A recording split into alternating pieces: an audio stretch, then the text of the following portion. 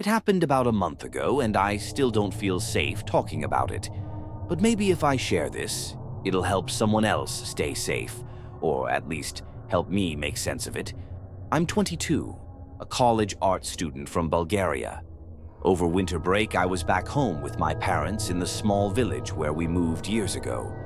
Our house is 2 stories, surrounded by a tall fence, and honestly, it's the kind of place that always felt secure, at least until that night.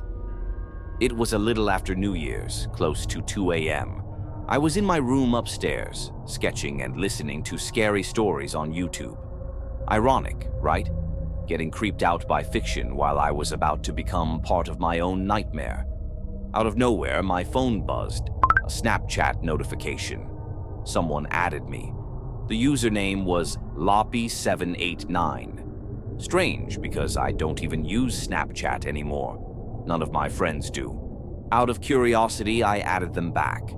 Their profile was empty, just a low Snap score, barely active. Not long after, they sent me a snap. I opened it, expecting something random. It was a blurry picture of grass lit by a flashlight. Weird, but not threatening. I texted, "Who are you?" They read it. No reply. Another snap came, this time a close-up of what looked like red tiles. My stomach tightened. These weren't just random shots. They felt purposeful. I asked again, "Who is this? What do you want?" Silence. The next snap made my breath catch. It was a close-up of the locking mechanism on our backyard gazebo. My backyard. My private space. It hit me like a punch. This person was here, on my property, right now. I turned off all the lights and crept to the window, trying to peer outside without being seen. The night was cloudy, pitch black. My eyes strained to catch any movement, but there was nothing, only stillness. Another snap buzzed in. My hands were shaking as I opened it. This time it was the top of a ceramic sculpture we have outside. My chest tightened. They were moving closer to the house.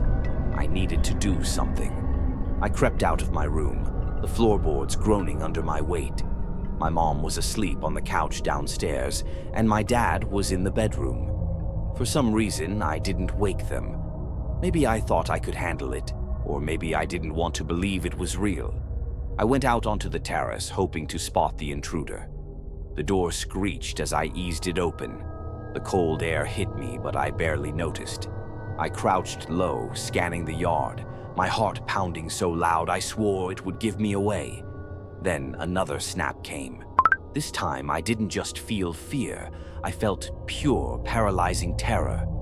It was a photo of my mom asleep on the couch, taken through the blinds from outside. I ran back inside, slamming the door behind me. My dad burst out of his room as I screamed about someone being in our yard. He grabbed his gun and went out to check while I tried to explain to my half-asleep mom what was happening. My voice cracked, my words stumbling over each other as I showed her the picture. When my dad came back, he said he didn't find anyone, but he looked disturbed, like he knew this was no prank. I went back to my room, still shaking, and checked my phone again. There were 3 new snaps. The first was a picture of our front gate.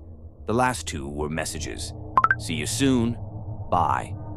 I blocked the account and deleted Snapchat that night. I couldn't sleep. I kept replaying everything in my head, wondering who they were, how they knew me, and what they wanted. The next morning, I went outside to look for any signs of the intruder. Near the spot where they took the photo of my mom, I found footprints in the mud. Deep, deliberate footprints. My dad insisted they were ours, but I knew better. They didn't match any of our shoes. To this day, I don't know who they were. I don't know how they found me or why they targeted me, and I don't know if they're still watching. But I do know one thing. I'll never feel safe in that house again.